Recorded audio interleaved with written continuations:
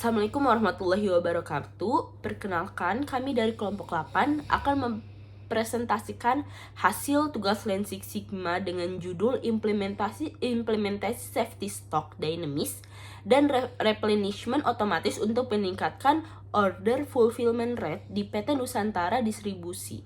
Nah, pada proyek ini kami menggunakan metode DMAIC untuk mengidentifikasi akar penyebab rendahnya kinerja perusahaan dan merancang solusi yang tepat serta memastikan solusi tersebut dapat dipertahankan secara berkelanjutan.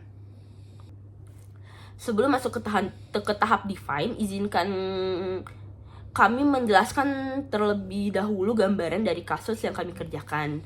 Nah, pada PT Nusantara Distribusi merupakan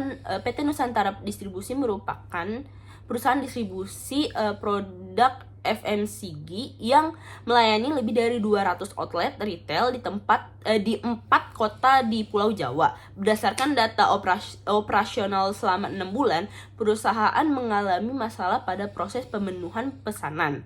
Nah, di mana order fulfillment rate-nya itu atau OFR-nya hanya mencapai sekitar 71%, sedangkan target perusahaan sebesar 95%. Kondisi ini menunjukkan bahwa masih banyak pesanan pelanggan yang belum dapat dipenuhi secara lengkap, sehingga berdampak pada kepuasan pelanggan dan kinerja operasional perusahaan. Oleh karena itu, melalui pendekatan Lean Six Sigma ini, kami melakukan analisis secara sistematik untuk menemukan penyebab utama permasalahannya ini, kemudian menentukan solusi yang tepat dan menyusun mekanisme pengendaliannya agar perbaikannya ini yang diusulkan dapat berjalan secara berkelanjutan. Oke, untuk tahap define akan dijelaskan oleh saya. Pada PT Nusantara Distribusi adalah perusahaan yang bergerak di bidang distribusi barang-barang konsumsi siap pakai dan melayani lebih dari 200 toko retail yang terletak di 4 kota besar di Pulau Jawa. Dalam menjalankan operasionalnya, perusahaan mengalami masalah yaitu tingkat pemenuhan pesanan tidak mencapai tingkat yang diharapkan berdasarkan data operasional selama 6 bulan terakhir. Terdapat 4.602 order yang diterima, namun di antaranya ada 3.299 order yang berhasil dipenuhi sepenuhnya, sedangkan 1.303 order lainnya tidak sempurna dipenuhi atau bahkan tidak terpenuhi sama sekali. Kondisi itu membuat tingkat order fulfillment rate perusahaan hanya 71,69%. Ini menjadi masalah karena target perusahaan yang sebesar 95% ini justru jauh dari target perusahaan. Rendahnya tingkat pemenuhan pesanan ini menunjukkan bahwa perusahaan belum bisa mempertahankan stok secara baik sehingga masih sering terjadi kehabisan stok. Beberapa dampak yang muncul adalah kepuasan pelanggan berkurang, peluang penjualan berkurang, risiko pelanggan beralih ke pesaing meningkat, serta kinerja serupa rantai pasok menjadi lebih buruk. Maka oleh karena itu, dibutuhkan upaya peningkatan yang berfokus pada pengelolaan persediaan dengan menerapkan safety stock yang bisa berubah sesuai kebutuhan dan sistem pengisian stok secara otomatis agar produk selalu tersedia dan mengurangi terjadi kehabisan stok. Nah, untuk skop dari proyek ini, fokus pada kegiatan yang terkait langsung dengan pengelolaan persediaan seperti mengelola stok di gudang, menentukan jumlah safety stock, proses pengisian ulang stok, keadaan ketersediaan barang dalam SKU, memenuhi pesanan dari pelanggan. Sementara itu hal-hal yang tidak termasuk dalam proyek scope meliputi penentuan harga produk, strategi pemasaran, perubahan jaringan distribusi, serta perubahan kontrak kerjasama dengan para supplier. Untuk tools yang digunakan, kami menggunakan SIPOK untuk memahami proses penyelesaian secara keseluruhan. Nah, kenapa SIPOK? Karena SIPOK ini terdiri dari supplier, input, proses, output, customer, cut. SIPOK ini bisa memetakan aliran dari supplier sampai dengan customer. Yang begitu kita akan lebih mudah untuk menjelaskannya. Dari SIPOK tersebut terlihat bahwa suksesnya proses distribusi sangat tergantung pada keadaan stok yang diatur oleh gudang dan sistem warehouse management system. Jika stok tidak ada saat pesanan masuk, maka proses pengiriman akan terhambat dan menyebabkan penurunan tingkat penyelesaian pesanan. Oleh karena itu, mengendalikan persediaan adalah hal penting yang perlu diperbaiki. Untuk aspek critical to quality, perspektif pelanggan retail terdapat 3 kualitas utama, yaitu critical to quality yang harus dipenuhi perusahaan agar mampu memberikan layanan distribusi yang optimal. Pertama, yaitu produk availability. Pelanggan mengharapkan produk yang dipesan selalu tersedia, selalu ada ketika melakukan pemesanan. Ketersediaan produk yang tinggi akan mengurangi risiko kehilangan penjualan dan meningkatkan kepercayaan pelanggan terhadap perusahaan. Targetnya yaitu sebesar 95% produk availability. Untuk aspek kedua adalah order fulfillment accuracy. Pelanggan mengharapkan jumlah produk yang diterima sesuai dengan jumlah yang dipesan tanpa adanya kekurangan maupun kesalahan pengiriman. Dengan target 98% order fulfillment accuracy. Untuk aspek ketiga ada delivery reliability. Selain produk tersedia dan jumlahnya sesuai, pakan juga mengharapkan pengiriman dilakukan tepat waktu sesuai jadwal yang telah ditentukan. Targetnya 95% on time delivery. Untuk tahap define dari saya sampai sini saja, yang akan dilanjutkan ke tahap berikutnya oleh teman-teman saya. Baik, selanjutnya ada pada tahap measure. Tujuan kami yaitu mengetahui kondisi awal proses order fulfillment-nya di PT Nusantara Distribusi sebelum dilakukannya perbaikan. Tahap ini penting karena kami perlu mengetahui seberapa besar masalah yang terjadi sehingga solusi yang dirancang nantinya benar-benar sesuai dengan kondisi perusahaan. Nah, berdasarkan hasil pengelolaan data selama 6 bulan, diperoleh nilai DPMO sebesar 283.137 dengan sigma levelnya sekitar 2,1 sigma. Nilai ini menunjukkan bahwa proses order fulfillment-nya masih memiliki tingkat variasi dan kesalahan yang cukup tinggi sehingga belum mampu memenuhi target perusahaan secara konsisten. Selain itu, kami juga menentukan beberapa key performance indicator yang digunakan untuk mengukur kinerja proses, yaitu order fulfillment rate, inventory stock out rate, order lead time, defect rate by category, dan on time delivery rate. KPI ini dapat dipilih karena dapat menggambarkan beberapa proses distribusi dan pengelolaan persediaan secara menyeluruh. Selanjutnya, dari data yang diperoleh diketahui bahwa terdapat 4.602 order, namun hanya 3.229 order yang berhasil terpenuhi. Hal tersebut menyebabkan order fulfillment rate-nya hanya mencapai 71,69%, sedangkan on time delivery rate-nya sebesar 75,13%, yang berarti masih jauh di bawah target perusahaan. Selanjutnya, kami juga menganalisis jenis defect yang paling sering terjadi. Hasilnya menunjukkan bahwa salah picking menyumbang 45%, sedangkan stock out menyumbang sebesar 40%. Walaupun salah picking memiliki presentasi yang lebih tinggi, namun kelompok kami memiliki fokus pada stock out karena ketika stok tidak tersedia, maka pesanan pelanggannya tidak dapat dipenuhi. Nah, temuan ini juga menjadi dasar bagian kami untuk mencari akar penyebab pada tahap analyze. Selain itu, kami juga mengidentifikasikan ada dua jenis variasi proses, yaitu common cause variation dan special cause variation. Common cause ini terjadi pada masalah yang berulang seperti salah picking dan stock out, sedangkan special cause berasal dari kejadian yang tidak rutin seperti keterlambatan supplier secara mendadak atau kerusakan produk saat pengiriman. Berdasarkan hasil pengukuran tersebut, kami menyiapkan bahwa performa perusahaan masih berada di bawah target sehingga dilakukannya analisis lebih lanjut untuk menemukan akar penyebab utama permasalahan. Pada tahap analyze, tujuan utama kami adalah mengidentifikasi penyebab rendahnya OVR. Setelah mengetahui bahwa nilai OVR masih berada di bawah target sebelumnya, kami perlu mencari tahu bahwa faktor yang paling berpengaruh sehingga perbaikan yang dilakukan nantinya benar-benar tepat sasaran. Untuk menganalisis permasalahan tersebut, kami menggunakan 3 analisis. Yang pertama yaitu ada 5 wise analysis, yang kedua ada fishbone diagram, dan yang ketiga ada Pareto chart. Yang pertama ada 5 wise analysis atau YY diagram. Metode ini dilakukan untuk menggali akar penyebab masalah dengan cara mengajukan pertanyaan mengapa secara berulang hingga ditemukan penyebab yang paling mendasar.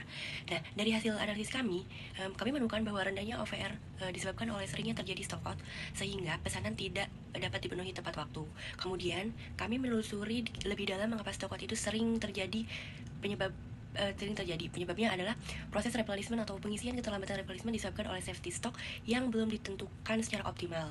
Akibatnya, ketika permintaan meningkat, persediaan tidak mampu memenuhi kebutuhan sehingga terjadi kekosongan stok. Nah, berdasarkan analisis ini, dapat disimpulkan bahwa akar penyebab utama bukan hanya karena stok habis, tetapi karena sistem pengendalian yang belum berjalan secara optimal. Yang kedua ada fishbone diagram. Nah, fishbone diagram ini digunakan untuk mengelompokkan berbagai penyebab masalah ke dalam berbagai kategori sehingga hubungan antar penyebab dapat terlihat dengan jelas. Nah, pada analisis ini, faktor penyebab kami kelompokkan menjadi 5, yaitu aspek man, method, material, system, dan environment. Nah, pada aspek man ditemukan adanya kesalahan dalam proses picking serta kurangnya ketelitian operator ketika menyiapkan pesanan.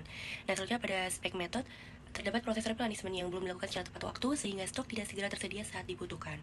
Kemudian pada aspek material ditemukan kondisi stok out akibat jumlah persediaan yang tidak mencukupi. Nah, terakhir pada aspek sistem monitoring stok masih belum optimal sehingga informasi mengenai kondisi persediaan tidak diperbarui secara cepat dan akurat. Sedangkan pada aspek environment terdapat faktor eksternal seperti keterlambatan pengiriman dari supplier yang turut mempengaruhi ketersediaan barang di gudang. Nah, dari seluruh faktor tersebut, kelompok kami menyimpulkan bahwa penyebab yang paling dominan tetap berkaitan dengan pengelolaan persediaan, khususnya safety stock yang belum optimal, keterlambatan replenishment, dan terjadinya stock out. Nah, hasil dari fishbone diagram ini juga memperkuat hasil analisis sebelumnya, yaitu menggunakan metode 5 ways analysis. Selanjutnya adalah Pareto chart. Nah, Pareto chart ini digunakan untuk menentukan prioritas masalah berdasarkan frekuensi kejadian. Prinsip yang digunakan adalah aturan Pareto, yaitu sebagian besar masalah biasanya berasal dari sebagian kecil penyebab. Berdasarkan hasil Pareto chart, terdapat 2 jenis defect yang paling sering terjadi, yaitu salah picking dan stock out. Nah, salah picking memang memiliki jumlah kejadian yang sedikit lebih tinggi dibandingkan stock out. Namun setelah mempertimbangkan dampaknya terhadap indikator utama yaitu order fulfillment rate, kelompok kami memutuskan untuk memfokuskan perhatian pada stock out. Hal itu karena ketika terjadi salah picking, barang itu masih memungkinkan untuk diperbaiki atau diganti. Nah, sebaliknya, ketika terjadi stock out, perusahaan sama sekali tidak memiliki stok untuk memenuhi pesanan pelanggan. Akibatnya, pesanan tidak dapat diproses, pengiriman menjadi tertunda, bahkan berpotensi menyebabkan ketidakpuasan pelanggan serta menurunkan nilai order fulfillment rate sekarang. Nah, oleh karena itu, meskipun frekuensi salah picking lebih tinggi, stock out dipilih sebagai prioritas utama dalam penyusunan solusi pada tahap improve karena memiliki dampak yang lebih besar. Nah, sebagai kesimpulan, ketiga alat analisis yang kami gunakan memberikan hasil yang sangat mendukung, baik melalui 5 ways analysis, fishbone diagram, maupun Pareto chart. Semua menunjukkan akar penyebab utama rendahnya order fulfillment rate adalah belum optimalnya sistem pengendalian persediaan yang mengakibatkan keterlambatan replenishment dan terjadinya stock out. Selanjutnya saya akan menjelaskan pada tahap improve, yang mana pada tahap analyze sebelumnya kelompok kami menemukan bahwa adanya penyebab utama dari rendahnya order fulfillment yaitu karena tingginya kejadian stock out. Hal ini terjadi karena perusahaan masih menggunakan safety stock yang bersifat statis dan juga replenishment yang masih secara manual, sehingga pada saat terjadinya perubahan permintaan ataupun lonjakan permintaan dan perubahan lead time dari supplier, jumlah stok yang ada saat ini tidak mampu memenuhi permintaan dari konsumen. Dan berdasarkan permasalahan tersebut, kelompok kami menyimpulkan ada 2 solusi utama. Yang pertama ada dynamic safety stock dan yang kedua ada automated replenishment. Dynamic safety stock itu adalah metode yang digunakan untuk menstok barang dengan mengikuti jumlah permintaan ataupun mengikuti lead time yang aktual, sehingga perusahaan tidak perlu lagi menggunakan berpatokan pada jumlah stok pada setiap tahapnya. Manfaat dari dynamic safety stock ini yaitu yang pertama dapat mengurangi stock out yang terjadi, meningkatkan ketersediaan produk, mengurangi kehilangannya penjualan akibat kekurangan stok, serta dapat meningkatkan nilai dari order fulfillment itu sendiri. Solusi kedua ada automated replenishment, yang mana pada solusi kedua ini ketika persediaan sudah mencapai reorder point ataupun ROP yang telah ditentukan, sistem akan secara otomatis mengirimkan notifikasi ataupun langsung melakukan pemesanan ulang, sehingga perusahaan tidak lagi bergantung pada proses pengecekan manual yang dapat mengakibatkan adanya keterlambatan dalam pengisian ulang stok. Agar implementasi ini berjalan dengan baik, kami menyusun rencana implementasi selama 6 bulan. Yang mana pada tahap pertama itu mengevaluasi data permintaan histori dan juga menentukan parameter safety stock yang baik. Selanjutnya yang kedua ada mengkonfigurasi sistem replenishment otomatis serta mengintegrasikan data inventory. Selanjutnya melakukan pelatihan penggunaan dan uji coba dari sistem itu tersebut. Setelah sistem itu berjalan dengan baik, perusahaan akan melakukan monitoring dan evaluasi secara berkala terhadap OFR dan tingkat dari stok. Dari hasil simulasi, kelompok kami memilih kombinasi yaitu optimasi rute pengiriman, revisi safety stock, dan juga replenishment dengan biaya implementasi sekitar 125 juta yang mana masih di bawah anggaran dari perusahaan itu sendiri. Alasan kami menambahkan optimasi rute yaitu karena pada hasil analisis juga menunjukkan bahwa rendahnya OFR tidak hanya disebabkan oleh stok out, tapi juga oleh keterlambatan distribusi. Yang mana jika rute lebih stabil, itu dapat membuat lead time lebih mudah untuk diprediksi, sehingga perhitungan safety stock dan juga reorder point lebih akurat. Dengan begitu perusahaan tidak perlu membuat stok yang lebih besar, tapi tetap bisa memenuhi permintaan dari pelanggan. Dari hasil kombinasi kedua intervensi tersebut berhasil meningkatkan order fulfillment rate dari 71,7% menjadi 86,7% dan on time delivery dari 75,1% menjadi 85,6%. Selain itu, dari hasil cost benefit analysis yang telah kami lakukan, yang telah kami hitung, itu menunjukkan bahwa manfaat yang diperoleh oleh perusahaan lebih besar dibandingkan biaya implementasinya. Sehingga kami menyimpulkan bahwa penerapan dynamic safety stock, automated replenishment, dan juga optimasi rute pengiriman itu layak untuk diterapkan untuk meningkatkan kinerja dari order fulfillment pada PT Nusantara Distribusi. Berdasarkan hasil perhitungan, total biaya implementasi pada tahun pertama sebesar 140 juta yang terdiri dari biaya implementasi sebesar 125 juta dan biaya maintenance sebesar 15 juta. Sementara itu, total manfaat yang diperkirakan diperoleh mencapai sekitar 275 juta per tahun, sehingga menghasilkan net benefit sebesar kurang lebih 135 juta. Dari hasil tersebut diperoleh benefit cost ratio atau BCR-nya sebesar 1,96. Artinya setiap 1.000 rupiah yang dikeluarkan perusahaan dapat menghasilkan manfaat sebesar 100,96 karena nilai BCR ini lebih besar dari 1. Maka implementasi solusi ini dinilai layak dan menguntungkan untuk diterapkan. Selain itu, payback period atau waktu pengembalian investasinya diperkirakan sekitar 5,5 bulan sehingga biaya implementasi dapat kembali dalam waktu kurang dari 6 bulan. Selanjutnya pada tahap kontrol. Pada tahap kontrol ini bertujuan untuk memastikan bahwa seluruh perbaikan yang diusulkan pada tahap improve dapat dipertahankan dalam jangka panjang. Fokus utamanya adalah menjaga agar order fulfillment rate-nya tetap stabil dan mengurangi kejadian stock out serta memastikan sistem replenishment-nya berjalan sesuai dengan yang telah dirancang. Pada tahap ini, kami menetapkan beberapa indikator yang dipantau secara berkala, yaitu order fulfillment rate, inventory stock out rate, on-time delivery rate, reorder point compliance, dan safety stock compliance.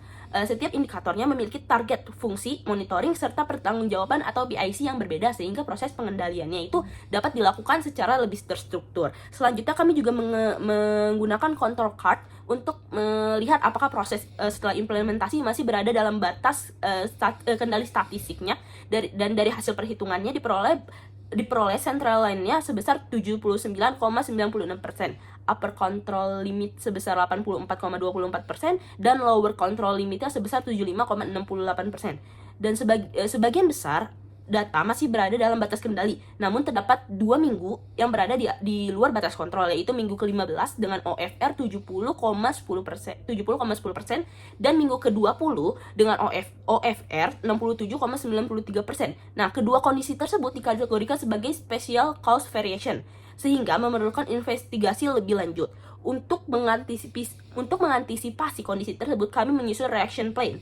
Apabila OFR turun di bawah batas kontrol bawah, tim inventory planner dan warehouse supervisor akan segera melakukan pengecekan terhadap kondisi stok, parameter safety stock, serta proses replenishment-nya. Apabila masih belum terselesaikan dalam waktu 1 minggu, maka akan ekskalasikan kepada supply chain manajernya.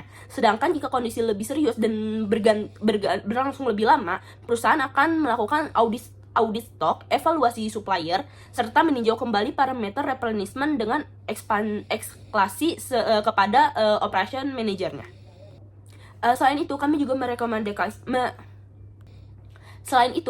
merekomendasikan evaluasi secara berkala terhadap parameter safety stocknya, performa supplier, serta akurasi forecasting agar perbaikan yang telah dilakukan dapat terus dipertahankan dan dikembangkan melalui proses continuous improvement-nya. Sebagai penutup, berdasarkan seluruh tahapan DMAIC yang telah dilakukan, kami menyimpulkan bahwa penyebab utamanya adalah rendahnya order fulfillment rate di PT Nusantara Distribusi adalah tingginya kejadian stock out yang disebabkan oleh penggunaan safety stock yang masih statis dan proses replenishment-nya yang masih dilakukan secara manual.